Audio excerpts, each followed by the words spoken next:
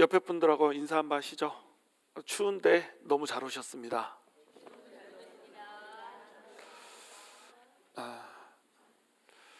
다시 한번 인사하시죠. 오뎅 냄새는 나나 머리 아파하지 맙시다. 오뎅 냄새 아주 장렬이에요. 그냥 들어올 때부터 그냥 배고파질 정도로 냄새가 심한데 내일 먹는 거죠? 오늘 먹는 거 아니죠? 벌써 먹었어?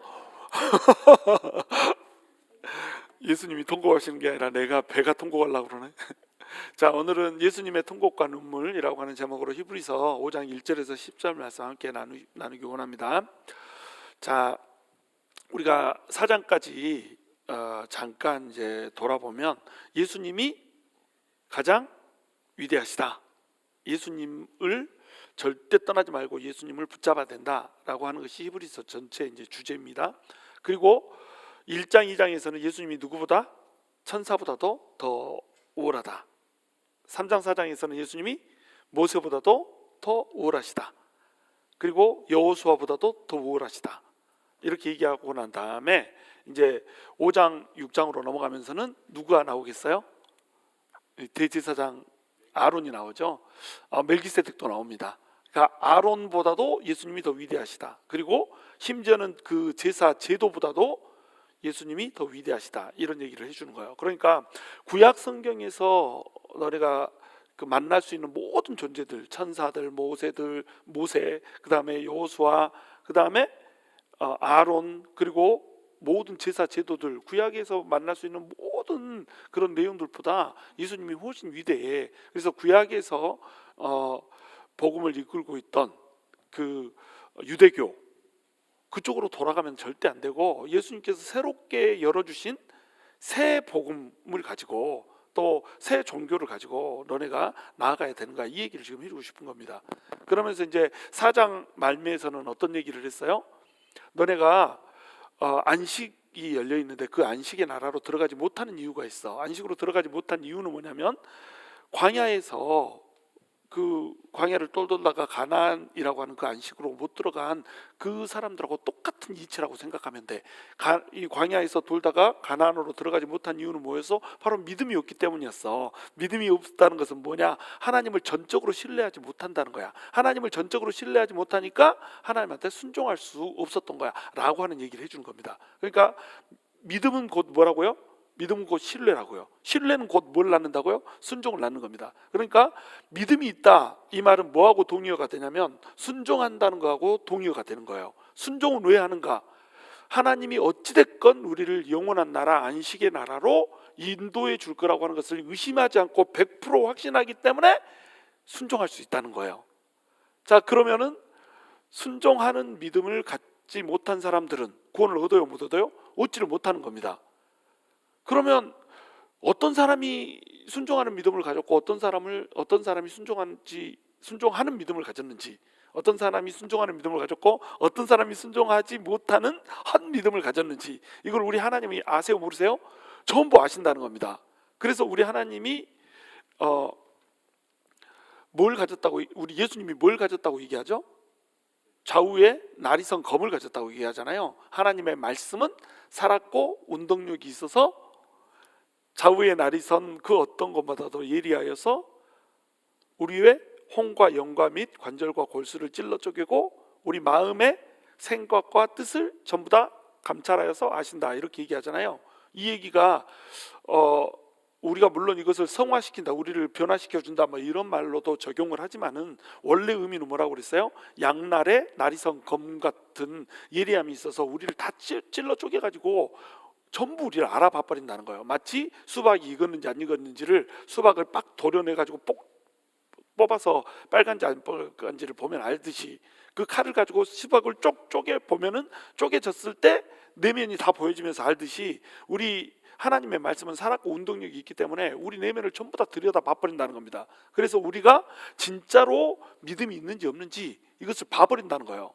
구원에 이르는 믿음을 가졌는지 안 가졌는지, 진짜로 지적 동의로서 하나님이 우리를 구원했나 보네, 이런 정도의 믿음인지, 아니면 진짜로 예수님을 전적으로 신뢰하기 때문에 나는 예수님께서 천국으로 반드시 인도하실 거야, 그러니까 나는 목숨을 걸고라도 이 예수님을 철저하게 붙들 거야 라고 하는 믿음을 가졌는지, 우리 주님이 수박을 뽁 쪼개듯이 우리의 혼과 영과 및 관절과 골수를 찔러 쪼개면서 우리의 마음의 생각과 뜻을 다 감찰해서 보고 알아버린다는 거예요. 그래서 우리가 마지막 날에 어떻게 된다고 얘기합니까? 그 예수님 앞에서, 그 말씀 앞에서 완벽하게 벌거벗은 자처럼 서게 되는 날이 올 거라고 하는 겁니다. 완벽하게 서게 되는 날에 우리는 뭘 하게 돼요? 결산이라고 하는 것을 하게 됩니다. 우리 주님이 우리를 결산을 하게 돼요. 결산을 한다는 건 무슨 뜻입니까? 진짜 너네 믿음이 구원 얻을 믿음이었는지 아니었는지를 하나님께서 딱 봐버린다라고 하는 거예요. 자, 이 말은 어떤 뜻이 되겠어요? 행위로 구원을 얻는 것이 아니라 믿음으로 구원을 얻는다라고 하는 겁니다. 다만 예수님께서 이 영원한 안식에 이르는 믿음을 가졌는지 안 가졌는지를 다 쪼개서 알기 때문에 진짜 믿음을 가져야 된다. 그런데 진짜 믿음을 갖기만 하면 어떻게 된다? 구원을 얻는다는 거예요. 어떤 행위가 옳고다서가 아니라, 어떤 도덕적인 성결함이 있어서가 아니라, 그냥 예수님을 진짜로 붙들었는지 안 붙들었는지 이것을 가지고 판단을 한다는 거예요. 그래서 날이 어떻게 됐다고요? 양날에 그 날이 선 검이라고 이렇게 얘기를 하는 겁니다. 그래서 한쪽으로는 심판, 한쪽으로는 구원, 구원과 심판이라고 하는 것을 같이 이루는 검, 그 검이 바로 뭐다? 이 말씀이다 이거예요. 그러니까 우리는 어떻게 하면 됩니까? 그 말씀 앞에서 진짜 믿음을 가졌다면 우리는 구원을 받았다는 거예요. 우리 구원이 놓쳐질 수가 없다는 겁니다. 우리 예수님께서 은혜로 구원을 주셨기 때문에 그 은혜로 준 구원을 우리의 행위로 취소할 수가 없다는 거예요. 은혜로 구원을 주셨기 때문에 여전히 우리의 구원은 은혜로 말미암아서 완성이 된다라고 한다는 거예요. 그러니까 우리 주님은 어떤 분이십니까?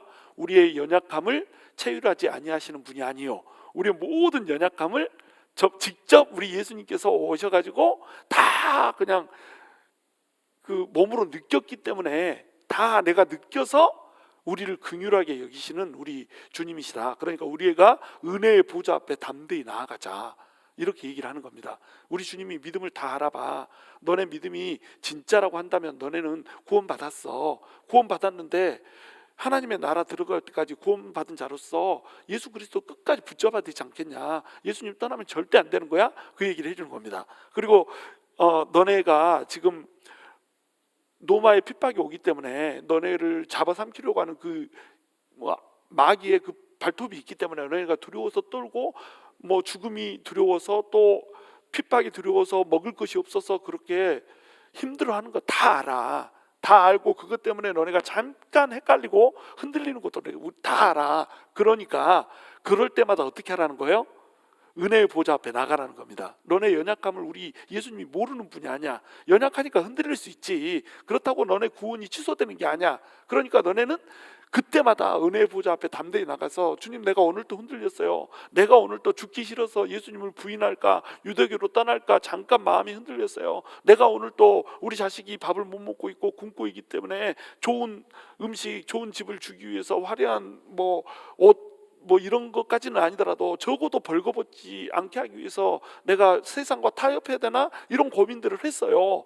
주님 이래도 내가 구원 받은 자일까요? 라고 하는 말을 하면서 어디로 나가라는 거예요? 주님의 은혜의 보좌 앞으로 담대하게 나가라는 겁니다. 근데 우리 주님은 어떻다는 거예요? 수박을 콕 쪼개서 익었는지 안 익었는지를 다 보듯이 우리의 믿음이 진짜인지 아닌지를 다 알기 때문에, 너네가 잠깐 흔들리고 너네가 연약하여서 잠깐 이렇게 헷갈리고 막 이렇게 했어도 너네 믿음이 진짜잖냐, 너네가 진짜 수박이잖냐, 수박이니까 그냥 이 하나님의 구원의 그 은혜에 동참을 하는 거야. 은혜 속으로 이렇게 막 띡띡띡거리죠. 동참을 할 수 있는 거야. 이 얘기를 우리 주님께서 해주신 겁니다. 그리고 나서 이 말이 이제 어디로 이어지냐면 5장으로 이어지는 거예요. 4장 말미에 예수님을 뭐라고 소개를 했어요? 우리의 연약함을 전부 다 체휼하셔서 아시는, 몸으로 전부 연약함을 깨달아서 다 느껴서 아시고 우리를 동정해 주시는 대제사장으로 소개를 한 겁니다.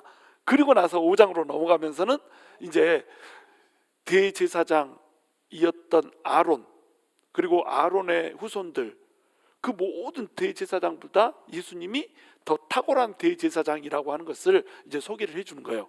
연결이 되시죠? 이게 자, 1절 한번 같이 읽습니다. 시작. 대제사장마다 사람 가운데서 택한 자이므로 하나님께 속한 일에 사람을 위하여 예물과 속죄하는 제사를 드리게 하나니.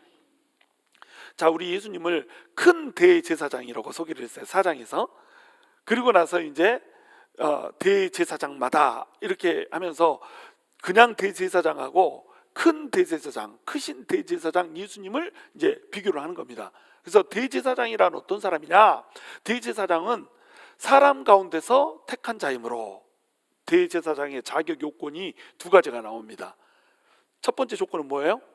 사람이어야 된다. 두 번째 조건은 뭡니까? 하나님이 택해야 된다는 겁니다. 내가 대제사장 할래요 이런다고 해서 대제사장을 할 수가 없다는 거예요. 뭐 마치 요즘으로 이제 따지자면 목사가 대제사장은 아닙니다. 이제는 대제사장이 없어졌다고 생각하면 돼요. 예수님이 대제사장입니다. 그러니까 목사는 대제사장이 아니에요. 목사는 사실은 어떤 측면에서 보면 선지자에 좀 가깝죠. 근데 이제 예배를 집도한다는 그런 의미에서 대제사장적인 역할을 하는 겁니다. 대제사장은 이제 누구예요? 예수님이 대제사장이죠. 우리에게는 큰 대제사장이에요. 그리고 우리는 이제 뭐가 됐습니까? 예수를 믿는 모든 사람이 제사장이 됐어요. 왕 같은 제사장이라고 표현하잖아요. 왕 같은 제사장이 됐습니다. 그래서 제사장이 로마어로 뭐라고 그랬죠? 라틴어로 뭐라고 한다고 했죠? 폰티펙스라고 한다고 그랬죠? 폰티, 다리를 놓는 사람. 죄인과 하나님 사이에 다리를 놓는 사람이 제사장이란 말이에요. 그 역할을 우리도 해야 된다고 하는 겁니다. 그런데 구약시대에서는 대제사장이 어떤 사람이었냐? 구약시대에서도 대제사장이 하는 역할은 뭐였어요? 하나님과 죄인 사이에 다리를 놓는 사람이었어요. 근데 누구 편에 섰죠? 인간의 편에 서서 하나님한테 죄를 속하고 나아갔다는 겁니다. 그래서 무조건 하나님이 택해야 돼요. 아무나 설 수가 없습니다. 심지어는 대제사장이 아닌 이런 목사도 어때요? 자기가 자기 머리에다 안수하고 너희가 너를 목사로 임명하노라 이렇게 해가지고 목사가 될 수는 없는 거잖아요. 하나님이 택한 사람이 목사가 되는 겁니다. 물론 하나님이 택하지 않았는데 막 자기 혼자 손 들고 나와서 목사하는 이런 사람도 있긴 해요. 그러면 이제 비극이 되는 거죠.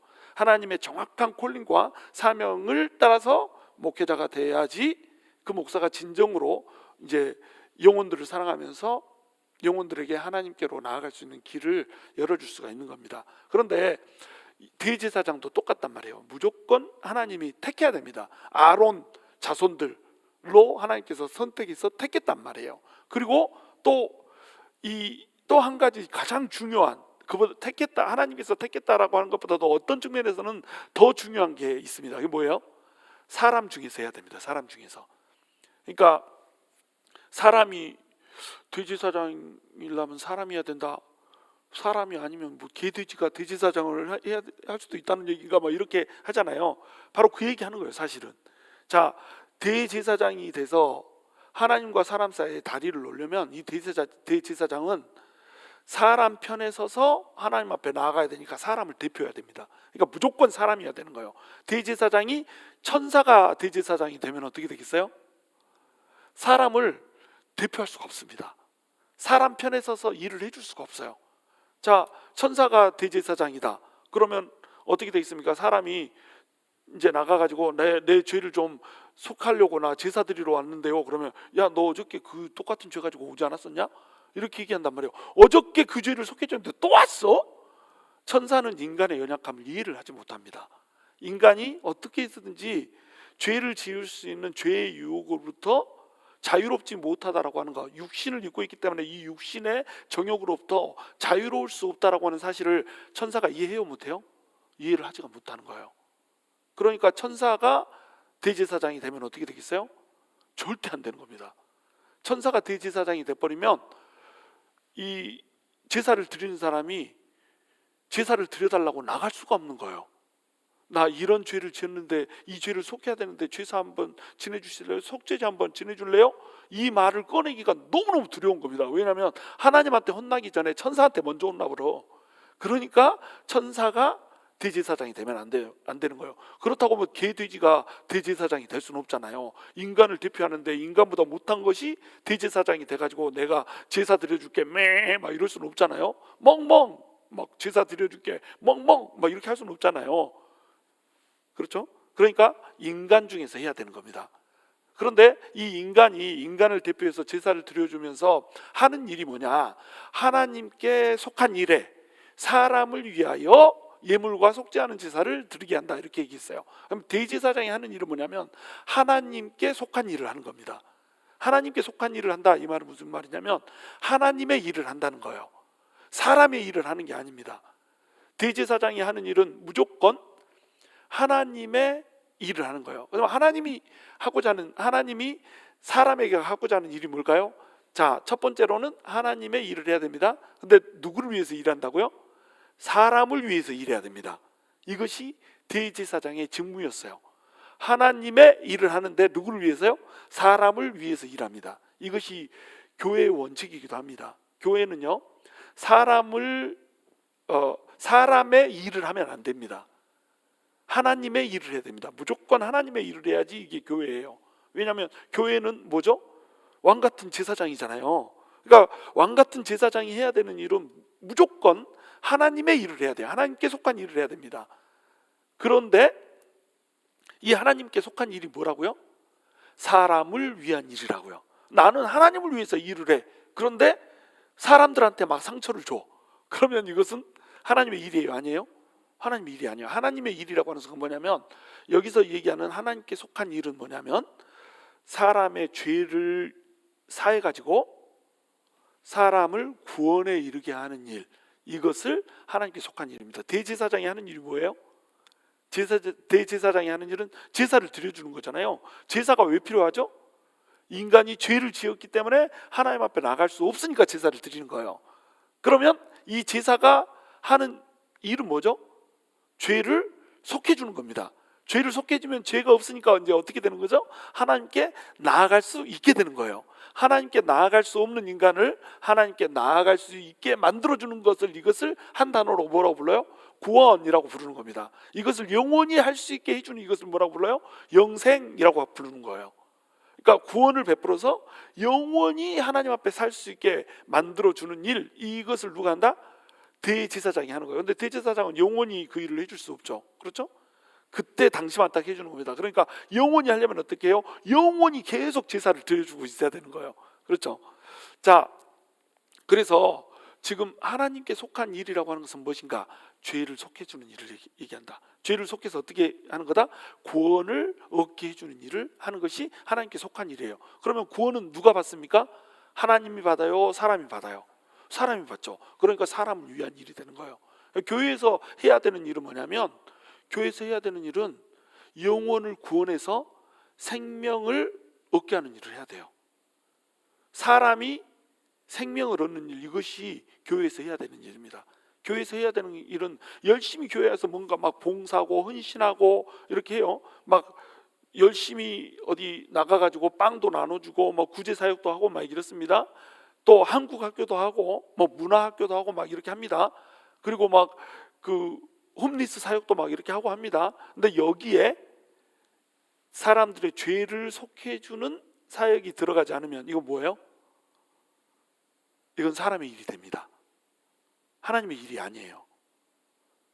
그래서 예를 들어서 뭐 불교에서 방생을 해준다 그래가지고 물고기를 막 풀어주잖아요. 물고기 풀어주려고 또 물고기 잡잖아요. 물고기 잡았다가 이거 다시 풀어주고 막 이렇게 하잖아요. 나 그것도 이해를 못해. 아니 물고기 방생 해줄 거면 아예 잡지를 말면 되지. 그거 잡았다가 방생 왜 해?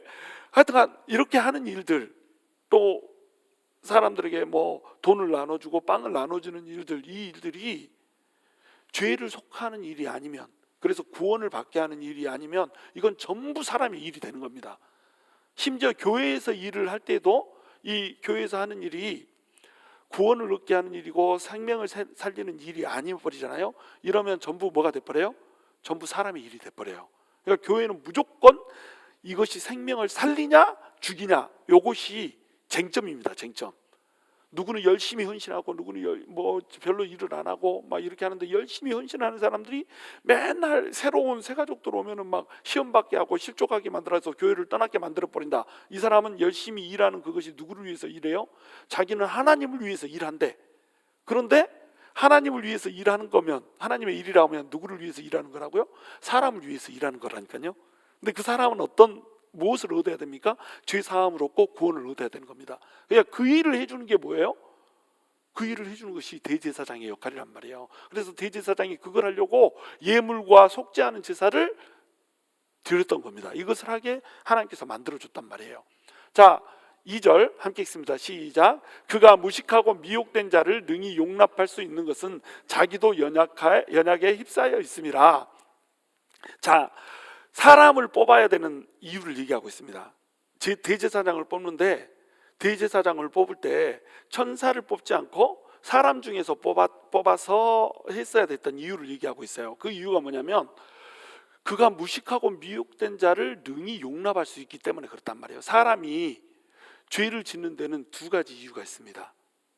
오늘 잠언에서도 나왔죠. 너네가 지혜를 어떻게 하라?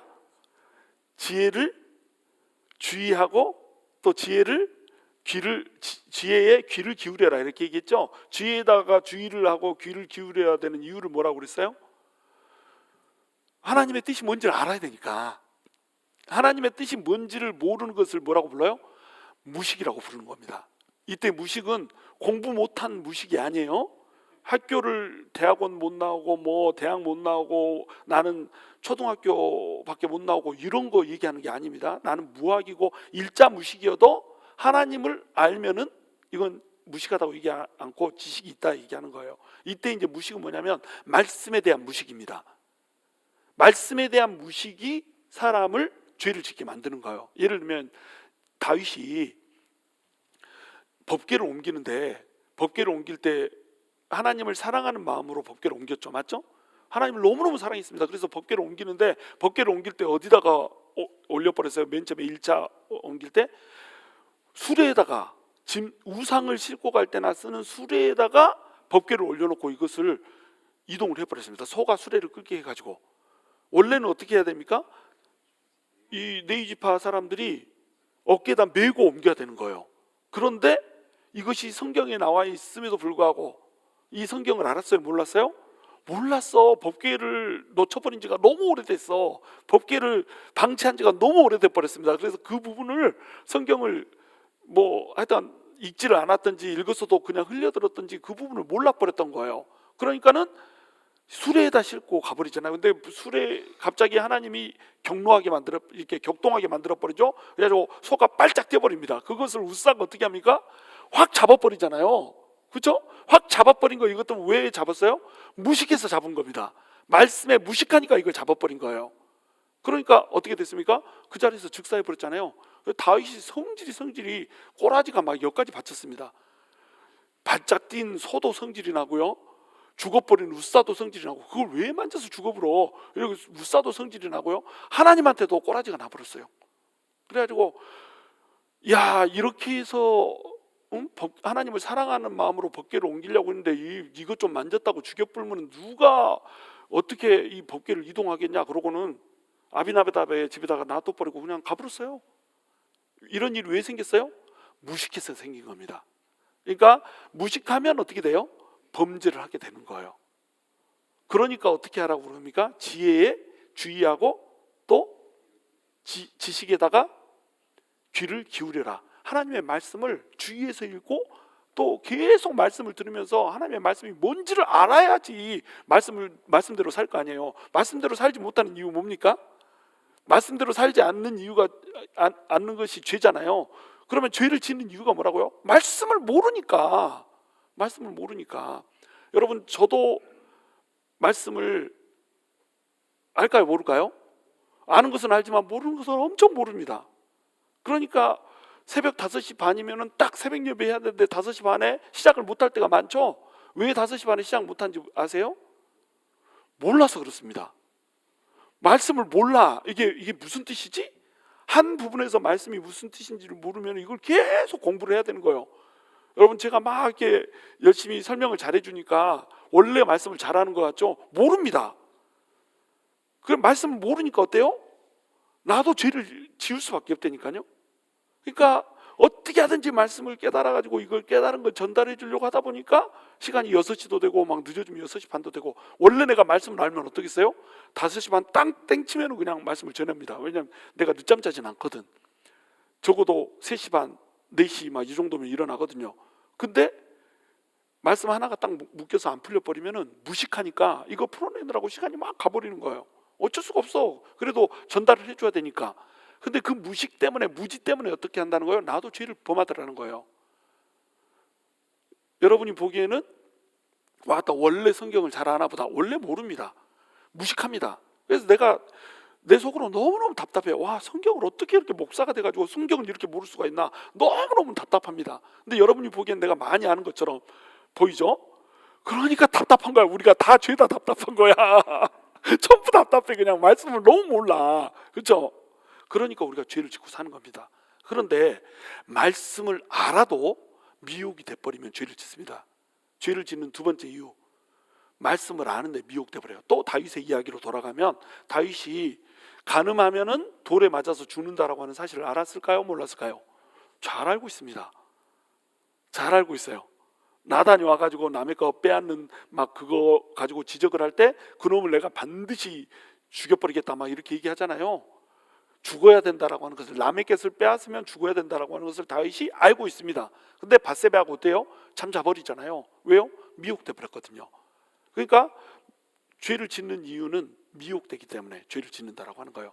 이 두 가지가 본질적으로 죄를 짓는 이유입니다. 하나는 말씀을 몰라서, 두 번째는 말씀을 아는데도 불구하고 미혹이 돼가지고 말씀을 넘어설 정도로 유혹이 강해버렸을 때, 이때 죄를 짓는 거예요. 그러니까 오늘 잠언에서 너네는 지혜를 어떻게 하라고 나와요? 지혜를 지켜라 이렇게 나오잖아요. 오늘 아침에 설교 안 들었나요? 애써서 그렇게 해도 설교 안 들으면 어떡해? 그렇지. 샤마르, 나차르. 샤마르하고 나차르 해라 이렇게 얘기해서, 샤마르, 울타리 안에서 딱 갇혀져 있듯이 울타리 밖으로 벗어나지 말아라. 바위로 딱 담을 치고 그 바위 틈에 있듯이 바위 틈 밖으로 나가지 말아라. 샤마르, 나차르 이렇게 해서 자기를 지켜야 되는 겁니다. 근데 지키지 못하고 미혹돼 버려요. 미혹되니까 어때요?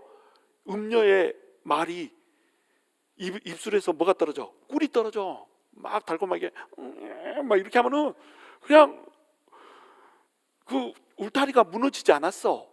담이 무너지지 않았어요. 그런데 거기를 내가 넘어서가 막 이렇게 하면서 눈 획 돌아가지고 미혹돼가지고, 이것이 뭐예요? 이것이 죄를 짓는 이유라고 하는 겁니다. 그러니까 마음을 지켜야죠. 말씀대로 살려고 말씀을 지켜야 되죠. 이걸 못 지키니까 무식하고 미혹이 돼가지고 죄를 짓는단 말이에요. 누가요?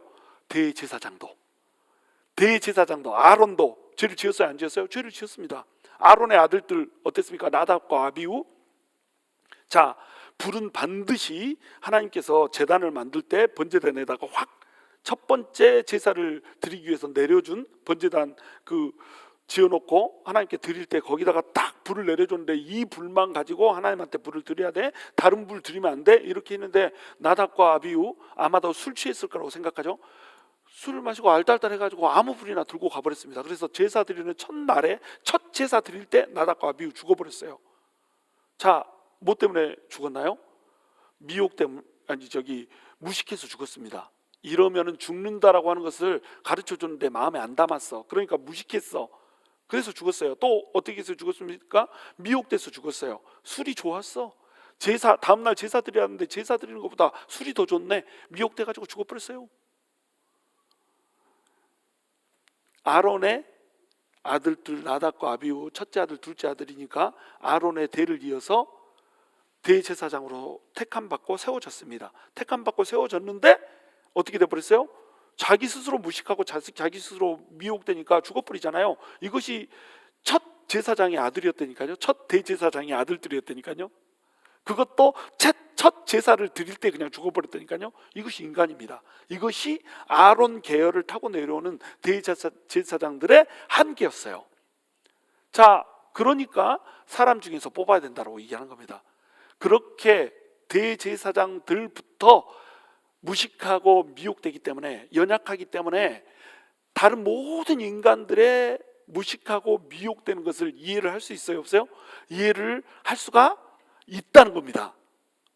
있다는 거예요. 그러니까 인간 중에서 뽑는 겁니다. 천사를 뽑아놓으면 이걸 이해를 왜 못해요? 이해를 못해.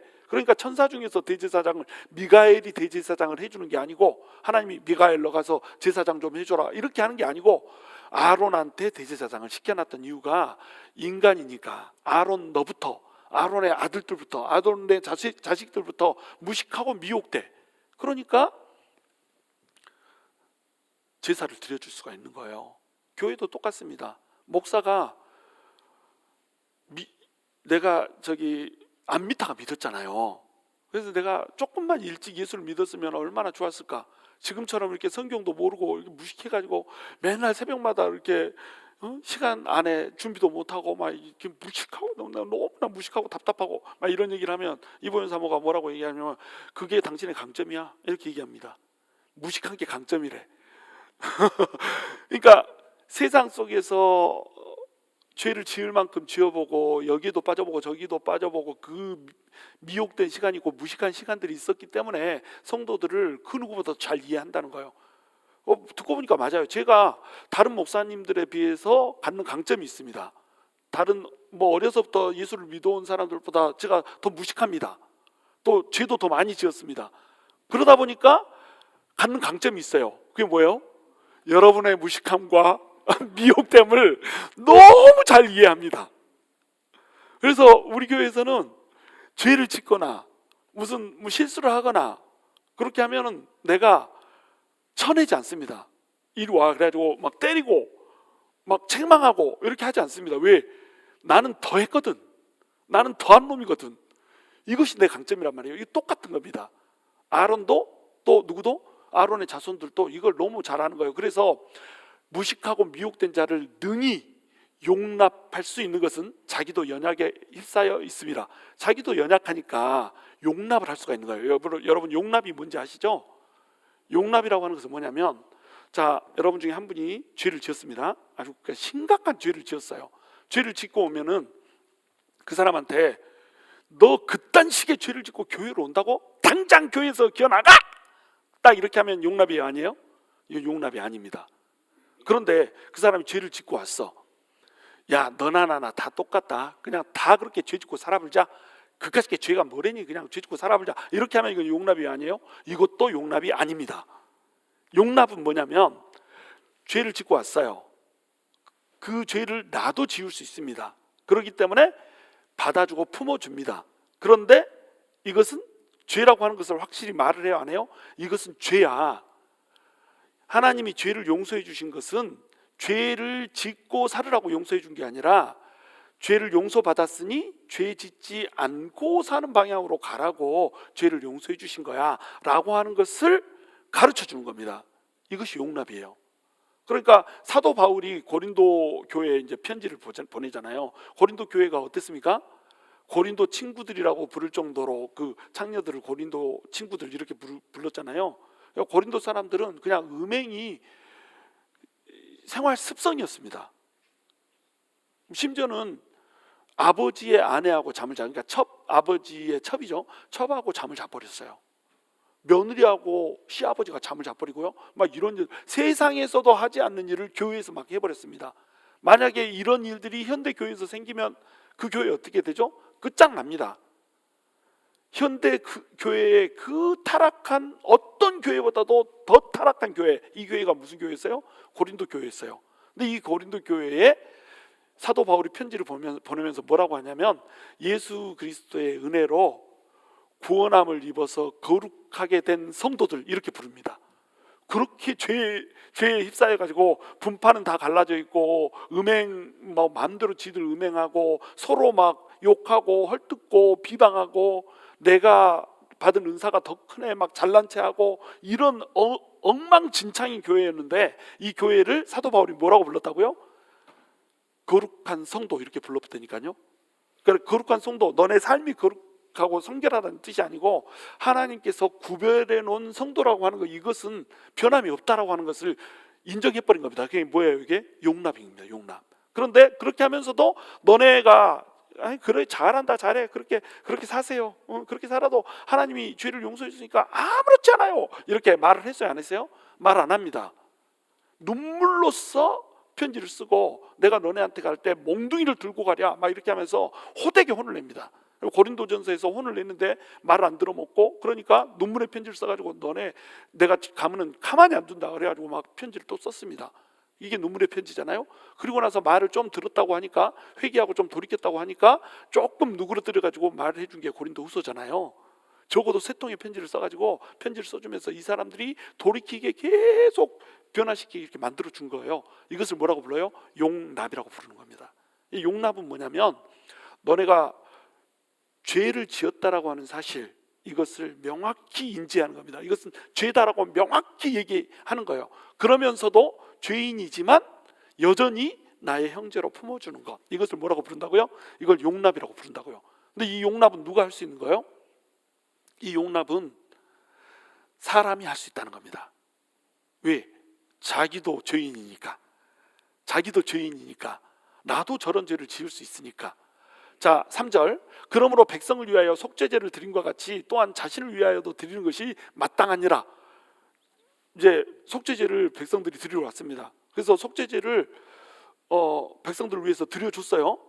죄를 지을 때 막 속건제도 있고 속죄제도 있고 막 제사를 드려줄 거 아니에요. 제사 드려주고 나서 딱 그 사람이 와서 이제 얘기합니다. 내가 이런 죄를 지었어요. 속죄제 좀 드려주세요. 그래가지고 속죄제를 드려줬어요. 그러고 나서 그 사람 보내놓고 나서 참 가만히 생각해보니까, 나도 그런 비슷한 죄를 지었는데 생각이 나는 거예요. 그러면 자기도 어떻게 해야 돼요? 몰래 속죄제 드려야 되는 거예요. 남들 볼까 몰래 속죄제 드려야 되는 겁니다. 그리고 대속죄일이 되면 어떻게 합니까? 대속죄일이 되면 자기가 죽을까 봐 자기 먼저 속죄제 드리고 다른 백성들을 위해서 속죄제 드렸습니다. 다른 사람들이 속죄제를 드릴 때는 뭘로 드렸어요? 양이나 염소로 드렸습니다. 그런데 대제사장이 속죄제를 드릴 때는 뭘로 드렸습니까? 황소로 드렸습니다. 황소로. 대제사장 자기 죄를 속하기 위해서는 더 비싼 걸로 드렸어요. 왜? 직분이 더 소중한 직분이니까. 그렇게 해서 자기 죄를 씻어야지만 죄인들을 용서할 수 있는 그 용납이 생길 수가 있었어요. 자, 그래서 자기가 죄인이기 때문에 용납할 수 있었다. 아론이 이랬다는 거예요. 자, 아론의 후손들도 또 이랬다는 겁니다. 4절 함께 읽습니다. 시작. 이 종기는 아무도 스스로 취하지 못하고 오직 아론과 같이 하나님의 부르심을 받은 자라야 할 것이니라. 이렇게 돼 있죠. 자, 이 종기, 대제사장은 존귀한 자리입니다. 아무나 할 수 없어요. 고라 자손이 나도 고아 자손이다. 나도 고아 자손이고 모세도 고아 자손이고 아론도 고아 자손인데, 모세 너는 백성들을 다스리는 일을 하고 아론 너는 대제사장으로서 막 하나님하고 인간의 다리를 놓는 일을 하는데 왜 나는 이 짐짝이나 옮기고 있어야 되냐, 막 이렇게 하면서 따졌습니다. 그래도 고앗은 어때요? 대제사장이 될 수 없었어요. 땅 갈라가지고 집어넣어 버리잖아요. 그죠? 선택받은 자만 할 수가 있습니다. 우시아라고 하는 왕이 있었어요. 이 왕이 문둥병에 걸리죠. 나병에 걸립니다. 어떻게 하다 문둥병에 걸립니까? 쥐가 제사장도 아닌데 성전에 들어가가지고 제사 드린다고 분향해 버렸습니다. 주님이 문둥병 걸리게 만들어 버렸어요. 사울이 왕이었다가 어떻게 하다가 쫓겨났습니까? 왕자리에서 쫓겨난 이유가 뭐였어요? 사무엘이 제사를 드려야 되는데 쥐가 제사를 드려버렸습니다. 그러니까 제사는 누가 드리는 거예요? 제사장으로 특별하게 택한 자. 특별하게 택했으니까 이 사람은 어떤 사람이요? 존귀한 사람. 존귀하게 택함 받은 사람만, 하나님의 부르심을 받은 사람만 대제사장이 될 수가 있다라고 하는 거예요. 자, 그러면은 대제사장의 조건이 이랬다. 대제사장이 이렇게 해서 죄를 속해줘야 된다라고 한다면, 우리에게 있는 대제사장보다 더 크신 제사장, 이분도 어때야 되겠어요? 이분도 사람 중에 한 분이어야 되겠잖아요. 그렇죠? 또 이분도 어때야 되겠어요? 택하심을 받은 자야 되겠잖아요. 그러니까 예수님은 택하심을 받은 자야 되고, 또 동시에 누구여야 돼요? 사람이어야 되는 겁니다. 그러니까 예수님이 사람이 돼서 이 땅에 오실 수밖에 없었다는 거예요. 예수님이 그냥 그대로 하나님으로서 죄를 속해줄 수 있어요, 없어요? 속해줄 수 없어요. 인간을 대표해서 인간 편에 서서 제사를 드려줘야 되는 대제사장이 되어줘야 되는 겁니다. 왜냐하면 죄를 속하는 건 누가 해주는 거라고요? 대제사장이 해주는 거라니까요. 대제사장이 되려면 사람이 뭐여야 된다고요? 존재가 천사면 안 되고 하나님이면 안 되고 사람이어야 되는 겁니다. 사람만이 제사를 드려줄 수 있어요. 그러니까 그리스도께서 대제사장이 된 거예요. 여기서 이와 같이 예수님께서 대제사장 되심도 이렇게 얘기하지 않고 그리스도께서 대제사장 되심도 이렇게 얘기한 이유가 뭘까요? 그리스도가 무슨 뜻이에요? 기름 부음을 받은 자라는 뜻이잖아요. 대제사장이 어떻게 됐습니까? 기름 부으심을 받았잖아요. 왜 기름 부으심을 왜 받았습니까? 하나님께서 거룩하게 택했다 해서 기름 부으심을 받은 겁니다. 대제사장, 선지자, 왕 이 세 직분이 기름 부으심을 받았는데 기름 부으심을 왜 주는 거냐? 너네는 특별하게 내가 불러서 택했어. 내가 택해서 너네를 이걸로 세우는 거야. 하나님이 존귀하게 세웠어요. 거룩하게 세웠습니다. 그러니까 기름 부음을 줬어요. 그러니까 여기서 그리스도께서 라고 표현한 이유는 뭐냐면 기름 부음을 받았다는 거예요. 뭘로요? 대제사장으로 택했다는 겁니다. 그리고 사람이 돼서 태어났다는 거예요. 자, 그리스도께서 대제사장 되심도 스스로 영광을 취하심이 아니요 스스로 영광을 취하지 않았어요. 우리 예수님은 어때요? 하나님이시잖아요. 영광 그 자체입니다. 하나님의 영광을 예수님도 그대로 가지고 있어요. 그렇죠? 우리가 히브리서 1장에서 예수님은 누구신가? 예수님의 7가지 정체성 얘기했잖아요. 정체성 할 때 예수님을 뭐라고 불렀어요? 하나님의 본체요? 하나님의 영광의 광채시라 이렇게 얘기했잖아요. 하나님의 영광이 있는데 그 영광을 드러내는 빛, 이것이 예수님이라니까요. 그러니까 예수님은 영광 그 자체입니다. 그런데 인간으로 딱 오면서 영광을 버려버리고 온 거예요. 영광을 인간의 육신이라고 하는 것에다가 연약함 속에다가 가둬버리고 온 겁니다. 그래서 완전한 인간으로 이 땅 가운데 예수님이 오셨단 말이에요. 그런데 대제사장이 되시면서 영광을 취해버렸죠. 그것을 예수님이 스스로 영광을 취한 게 아니란 말이에요. 하나님이 그 영광을 주신 겁니다. 자, 읽습니다. 그 밑에 절 오직 시작. 오직 말씀하신 이가 그에게 이르시되 너는 내 아들이니 내가 오늘 너를 낳았다 하셨고 이렇게 되어 있습니다. 이건 지난주에 제가 설명해 드렸죠. 예수님이 대제사장이 된다라고 하는 것, 이것이 하나님한테 어떤 의미였나 이것을 제가 설명을 해드렸어요. 여러분, 예수님이 대제사장이 되기 위해서 예수님이 인간이 되셔서 이 땅에 오셨습니다. 이것만큼 어마어마한 사건이 없어요. 여러분, 하나님이 피조물이 되셔서 이 땅 가운데 오셨다는 거예요. 창조자가 창조물이 돼서 이 땅 가운데 오셨다는 거예요. 이거는 우리가 벌레가 돼가지고 벌레를 구원하려고 벌레로 바뀐 것보다도 더 위대한 일입니다. 우리가 벌레로 바뀌어도 벌레도 피조물이고 우리도 피조물이에요. 벌레와 우리하고 비교될 수가 없습니다. 하나님과 우리 관계는. 우리는요, 창조주 하나님이라고 하는 분 앞에 딱 서버리잖아요. 그러면 우리 앞에 벌레만 또 우리는 못해요. 벌레도 피조물이고 우리도 피조물이니까. 창조주가 피조물이 돼서 이 땅 가운데 와버렸다니까요. 어떻게 하려고요? 우리 같은 죄인들을 살리려고. 우리가 죄를 범하기 이전의 인간이 아니에요. 죄를 지을 대로 지어서 우리 속에는 원죄가 있고 우리 스스로 지은 성품죄가 있고 자범죄가 있어요. 우리가 스스로 지어버린 죄, 우리가 죄를 범하기 이전에 가지고 있는 우리 내면에 있는 죄의 이 성질, 그 죄성이 우리 속에 있습니다. 그러니까 예수님이 우리 같은 인간의 껍질을 가지고 온다라고 하는 이 자체는 너무너무 슬픈 일이고 아픈 일인 거예요. 그래서 우리 하나님이 뭐라고 말씀하셨다고요? 너는 내 아들이니 내가 오늘 너를 낳았도다. 이렇게 얘기한다고요. 너는 내 아들이라 오늘날 내가 너를 낳았도다. 이 시편의 그 노래, 이 노래는 원래 누구를 향해서 부른 노래냐면 우리를 향해서 부른 노래가 아닙니다. 우리를 향해서 너는 내 자식이야 이렇게 부르는 노래가 아니고요. 이 노래는 원래 하나님이 예수님을 보고 부른 노래예요. 예수님이 이 땅 가운데 인간의 몸을 입고 오는 이것을 우리 하나님이 이루시면서 해산의 고통을 가지고, 인간이 겪을 수 있는 가장 큰 고통 중에 하나가 뭐라고요? 애를 낳는 고통이라니까요. 그거 무통분만 말고 자연분만 그 애를 낳는 고통, 그 고통을 하나님이 겪으면서 예수님을 이 땅 가운데 보낸 겁니다. 뭐 하려고요? 우리 같은 죄인을 살리고자, 우리 같은 죄인의 대표하는 대제사장으로 예수님을 만들고자 우리 하나님이 해산의 고통을 안으면서 예수님을 우리 가운데 보냈다라고 하는 거예요. 자, 6절 함께 읽습니다. 시작. 또한 이와 같이 다른 데서 말씀하시되 내가 영원히 멜기세덱의 반차를 따르는 제사장이라 하셨으니. 자, 다른 데서 말씀하시되, 이 다른 데서라고 하는 것은 시편 104편입니다. 시편 104편 4절을 보면 멜기세덱의 반차를 타고 오는 그 제사장에 대해서 얘기를 하는 거예요. 이것이 누구예요? 예수님입니다. 이 얘기는 이제 7장에 가면은 멜기세덱의 반차에 대해서 나오게 될 거예요. 멜기세덱의 반차다, 이 말은 이 다른 대제사장들은 어떤 반차를 타고 와요? 아론의 반차를 타고 옵니다. 아론의 반차를 타고 온 제사장들의 특징이 있어요. 그건 뭡니까? 무식하고 미혹된다는 특징이 있어요. 그래서 인간을 용납할 수 있습니다. 무식하고 미혹돼요. 자기 스스로 무식하기 때문에 죄를 짓고요, 자기 스스로 미혹되기 때문에 죄를 짓습니다. 근데 예수님은 인간이 되셔서 이 땅 가운데 오시면서 하나님이 해산의 고통을 안고 인간으로 보내시긴 했는데 반차가 아론의 반차가 아니라는 거예요.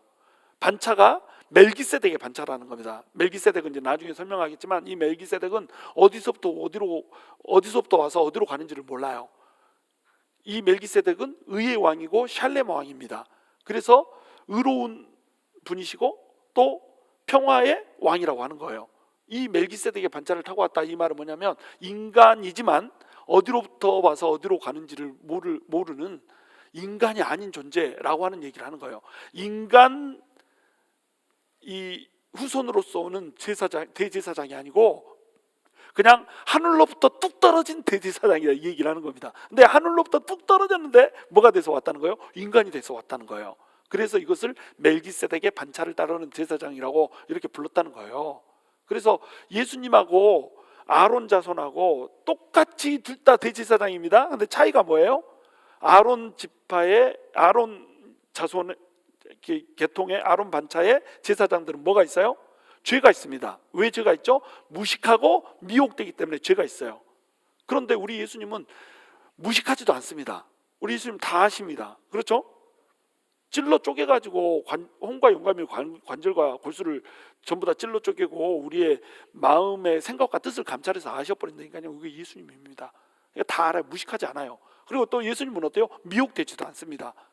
그게 차이예요. 그런데 예수님은 뭐가 돼서 오셨다고요? 인간이 되셔서 오셨어요. 그래서 히브리서 4장 15절에서 예수님을 어떻게 소개했죠? 우리의 연약함을 체휼하지 아니하시는 분이 아니요 모든 일에 우리와 한결같이 시험을 받은 자로 돼 죄는 없으시니라. 이렇게 4장 15절에서 예수님을 소개했단 말이에요. 그리고 나서 5장에서 예수님을 멜기세덱의 반차를 타고 오신 분이라고 소개를 하는 겁니다. 이게 이어지는 거예요. 그러니까 멜기세덱의 반차를 타고 왔다, 이 말은 뭐냐면 인간으로 와서 우리의 연약함을 다 알아. 시험은 다 받았어. 유혹도 다 받았어. 그런데 죄는 지었어요, 안 지었어요? 죄는 안 지었어. 무식하지 않아요. 하나님의 뜻을 처음부터 끝까지 다 아세요. 그리고 또 미혹되지도 않으셨어요. 유혹에 넘어가지 않으셨습니다.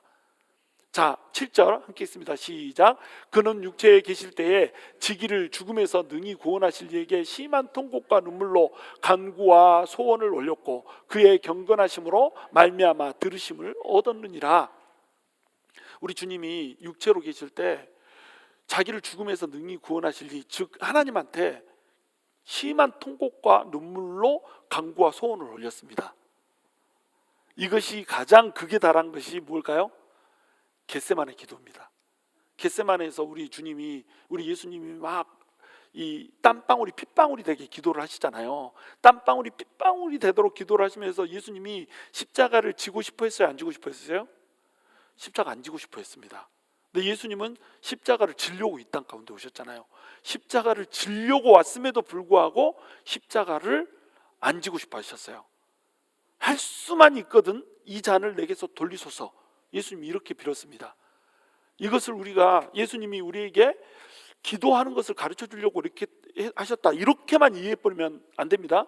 이 사건은 뭘 보여주냐면 예수님이 진짜 인간으로 오셨다라고 하는 것을 보여주는 거예요. 예수님이 참 인간으로 오셨다는 겁니다. 인간으로 오셔서 인간의 연약함을 전부 다 몸에 담고 있기 때문에 이 십자가에서 어떤 일을 당할지를 다 아는 상태로 지금 십자가를 져야 되는 거예요. 앞으로 어떤 일이 일어날지를 모르는 게 아닙니다. 무식하지가 않으세요. 예수님은 유식하십니다. 예수님은 아세요. 그 일을 위해서 이 땅 가운데 오셨기 때문에 십자가를 진다라고 하는 의미가 뭔지를 아세요. 모든 인류의 죄를 한 번도 지어본 적이 없으신 분이 모든 인류의 죄를, 내 혼자만의 죄가 아니고 오고 가는 세상 가운데 있었던 모든 인간의 죄를 그 한 몸에다 다 지어버리는 겁니다. 그리고 십자가 위에 올라가야 되는 거예요. 그러니까 얼마나 죄의 무게가 무겁습니까? 어마어마한 죄의 무게를 지고 십자가 위에 올라가야 되는 거예요. 그리고 십자가 위에서 벌거벗은 모습으로 모든 사람에게 수치를 당할 것을 알아야 되고요, 가장 가혹한 형벌을 받아야 되는 것을 아시는 겁니다. 아니, 하나님이 그까짓 것도 인간으로 오셨다니까요. 완전한 인간으로 오셔서 인간이 당하는 그 고통, 인간이 당하는 그 두려움, 이런 것들을 전부 다 당하고 가셔야 됐다니까요. 그러니까 얼마나 힘들고 아프시겠어요? 죄의 무게도 죄의 무게고 영적으로도 고통스럽지만 육체적인 고통을 당하는 것도 너무 고통스러운 것을 아신단 말이에요. 자, 여러분 질문 하나 할게요. 예수님이 맨 처음에 응애하고 태어났을까요? 아니면 내가 왔다 하고 태어났을까요? 응애요 하고 태어났습니다. 그리고 예수님이 태어나고 나서 한 이틀 지나고 나서부터 어마마마 제가 인류를 구원하기 위해 왔습니다, 나는 하나님입니다, 이렇게 말했을까요? 안 했습니다. 말을 배워야 됐습니다.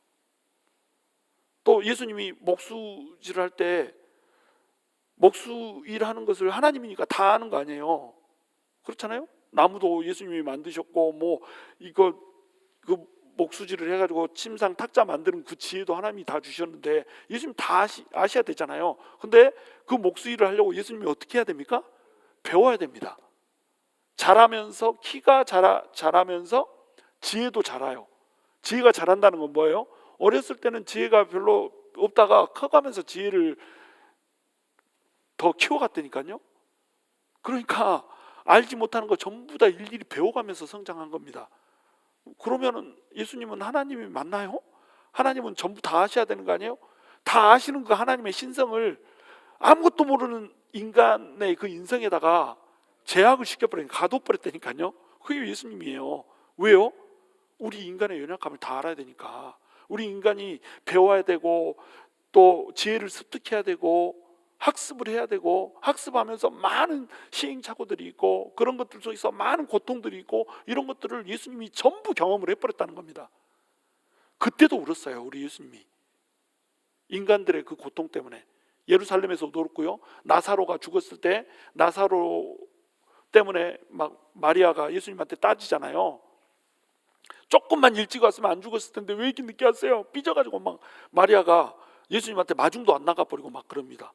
예수님이 찾는다고 하니까 그때서야 뽀르르 이게 나가가지고 배시시 나가가지고 찡찡었어요 막 이렇게 하고 삐진 척하고 막 이랬습니다. 예수님이 가슴이 아파서 우셨어요. 예수님은 나사로를 살릴 거 다 아시잖아요. 내가 나사로 나흘째 와가지고 나흘째 살릴 거 전부 다 계산하고 오신 거잖아요. 그래도 우셨습니다. 왜요? 인간이 죄악 때문에 이 죄의 사슬에 묶여서 죽음의 사슬에 묶여서 사는 이것이 너무 안타까운 겁니다. 그리고 인간의 이 고통의 멍에 매여 있는 이것을 예수님도 어때요? 스스로 체험하고 계시는 거예요. 그리고 그 고통의 멍에를 쥐고 이제 십자가에 달려서 죽으셔야 된다니까요. 얼마나 고통스러워요. 그러니까 땀방울이 핏방울이 되게 이렇게 기도를 하신 거예요. 그러면서 그때 어떻게 하셨냐면 심한 통곡을 하셨습니다. 예수님의 눈물에서 통곡이 있었어요. 그 장면이 정확히 나오지 않습니다. 그러나 히브리서에서는 그 장면을 심한 통곡과 눈물로 간구와 소원을 올렸다 이렇게 표현을 해주고 있어요. 왜 예수님이 심한 통곡과 눈물을 흘리면서 간구와 소원을 드렸을까요? 나 죽기 싫어요, 십자가 지기 싫어요, 하나님한테 이렇게 했을까요? 아닙니다. 나의 뜻대로 마시고 아버지의 원대로 하옵소서. 예수님이 아십니다. 이 잔을 돌릴 수만 있다면 돌려주시옵소서. 연약하기 때문에, 인간의 연약함을 담고 있기 때문에 그렇게 간구하지만 내가 십자가를 지고 죽는 것만이 인간을 구원할 수 있다라고 하는 것, 그 방법만이 대제사장이 되어서 인간을 죄에서 구원할 수 있다라고 하는 사실을 예수님이 어때요? 아십니다. 그러니까 통곡하는 거예요. 이 죄인들을 살려야 되기 때문에 내 뜻대로 하지 않고 아버지의 뜻대로 해야겠네요. 그러면서 우시는 겁니다. 그것을 몇 번 해요? 3번 합니다. 제자들한테 가가지고 야, 한시도 나를 위해서 깨어있지 못하냐, 내가 민망하여서 또 고통받아서 죽게 생겼으니 나를 위해서 너네가 좀 기도를 해라 막 이렇게 하는데 제자들은 속도 모르고 막 자버리잖아요 하면서 스승이 곧 죽게 생겼는데 그렇게 순환에 대해서 3번씩이나 얘기해 줬는데 자버려요. 그런 것들을 구원하고자 예수님이 어떻게 한다는 거예요? 통곡에 간구를 한다니까. 통곡과 눈물로 간구와 소원을 올리는 겁니다. 제가 오늘 뭐 카일 윌슨이라고 하는 분 동영상 보내드렸잖아요. 그분이 자기가 입양이 됐습니다. 부모한테 버림받고 입양이 됐어요. 입양이 돼가지고 입양 가서 잘 살았으면 모르는데 사춘기 때 또 학대를 받아버렸습니다. 가정 폭행을 당해버렸어요. 그래가지고 입양아로서의 모든 고통을 압니다. 멕시코로 이제 선교를 갔다가 여기서 한 자매 하나가 가정 폭력에 시달리고 있는 걸 본 거예요. 자기하고 똑같잖아요. 그래서 입양을 했습니다. 입양을 했는데 이 딸아이가 딸로 이제 삼고 그 집으로 가는 길에 전화를 했대잖아요. 차에서 여보 저기 딸이 하나 생겼어 이렇게 하고 차에서 전화를 했대잖아요. 그러니까 그 사모님이 또 그걸 받아들여가지고, 사모님이 대단하죠. 받아들여가지고 이제 입양을 시켜서 입양하러 자기 이제 딸로 삼아서 데리고 있는 겁니다. 그러면 이 딸이 어떻게 하면 좋겠어요? 말을 너무너무 잘 들어주면 좋겠잖아요. 근데 말을 잘 듣는 게 아니고 나는 또띠아는 안 먹고요, 음식 이렇게 해주면 안 먹고요, 이런 것은 싫고요, 저런 것은 싫고, 자기 싫어하는 걸 쭉 늘어놓더라는 겁니다. 입양하러 받아줘가지고 자기 가정폭행에서 구원해 줬는데 막 이렇게 저렇게 해달라고 그러더라는 거예요. 그래가지고 착한 딸로 말을 잘 들었으면 또 얼마나 좋겠어요? 더럽게 말을 안 들어가지고 그냥 아내가 죽을 뻔했다는 거예요. 자기도 죽을 뻔했다는 겁니다. 그래가지고 자기한테 만불이 생겼는데 그 만불을 자기 아들이 하나 있잖아요. 아들이 하나 있고 이제 이 딸을 입양했는데, 너는 내 딸이다. 앞만 봐도 이 딸이 나가고 싶어하는 것 같더라는 겁니다. 그래서 너는 네가 나가고 싶어하니까 네가 이제 성년이 됐으니까 네가 선택할 수 있게 선택권을 줄게. 내가 지금 전 재산이 만불인데 내 아들도 내 자식이고 너는 입양했지만 너도 내 똑같은 자식이야. 내가 이 만불을 절반으로 2등분해가지고 너 이 아들 몫으로 5,000불 떼놓고 너한테는 5,000불 줄 테니까 이거 가지고 너는 네가 나가고 싶으면 나가. 그런데 될 수 있으면 안 나갔으면 좋겠어. 나는 너를 여전히 내 딸로 생각하고 너는 나한테서 떠나도, 이 유산을 받고 떠나도 너는 내 딸이야. 안 나갔으면 좋겠어. 그러나 나가고 싶으면 나가. 이렇게 했는데 이 딸이 5,000불 받고 나갈 수 있잖아요. 5,000불은 우리한테 5,000불은 작지만 멕시코 그 지방에서는 5,000불은 어마어마한 재산입니다. 나갈 수 있는데 이 딸이 안 나가 버리잖아요. 그리고 안 나가고 그때부터 마음을 딱 잡고 내가 딸로서 이 효도하면서 살겠다 그래가지고 공부해가지고 또 왜 이런데니? 이게 변호사가 됐다는 거 아니에요? 그래가지고 그 선교사님 사역하는데 엄청난 도움을 줬다는 겁니다. 자, 이 선교사님은 어떻게 해서 이 사람을 받아들일 수 있었을까요? 이 딸을 그렇게 말썽을 부리는데도 불구하고 그렇게 끝까지 사랑해 줄 수 있었을까요? 자기가 그 상황에 처해봤던 겁니다. 그리고 자기가 크게는 하나님하고 관계에서도요 어마어마한 죄를 지으면서 살았습니다. 깽단이 돼가지고 막 주먹질하고 막 살았고요. 뭐 아내하고 결혼해서도 교회를 다니는데 교회에서 장로님들 보는데 막 담배 뻐끔뻐끔 피고, 하여튼 와이프의 창피는 다 주고, 장모님이 그렇게 기도하는 사람이었는데 자기를 받아줬잖아요. 장모님이 금식 기도하고 받아줬습니다. 사이로. 그러면 은혜를 알아야지. 그런데 막 그렇게 장모님 마음을 아프게 하고 이렇게 했다는 거예요. 자기가 그렇게 살았던 과거가 있으니까. 어떻습니까? 이 딸이 그렇게 보세요겠다. 그렇게 이게 시끄러워 진짜. 그 딸이 그렇게 말을 안 듣고 속을 썩여도 자기가 그랬던 과거가 있기 때문에 용납을 해준 겁니다. 연약함을 아니까. 우리 예수님도 똑같은 마음이라는 거예요. 우리 예수님이 우리 가운데 오셔가지고 우리 인간의 연약함을 전부 다 체휼하셔서 아십니다. 우리가 죄를 짓고 올 때마다요, 은혜의 보좌 앞으로 나오면 네가 유혹에 넘어가서 그렇지, 마귀가 너를 계속 유혹하는 거 알아. 우리가 또 무식해가지고 말씀을 몰라서 죄를 짓고 오잖아요. 너는 말씀을 모르니까 그렇지. 그래서 죄를 지을 수도 있는. 그렇게 해가지고 우리 주님이 끝까지 용서를 해준다는 거예요. 끝까지. 근데 용서를 하다 용서 안 되면 어떻게 합니까?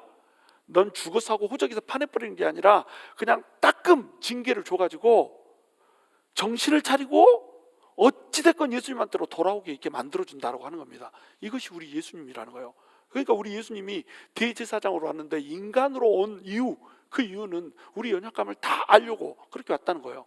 그래서 8절 보시면 그가 아들이시면서도 받으신 고난으로 순종함을 배워서 온전하게 되셨은즉 자기에게 순종하는 모든 자에게 영원한 구원의 근원이 되시고 하나님께 멜기세덱의 반차를 따른 대제사장이라 칭하심을 받으셨느니라. 아들이면서도, 하나님의 아들이면 죄가 있어요 없어요?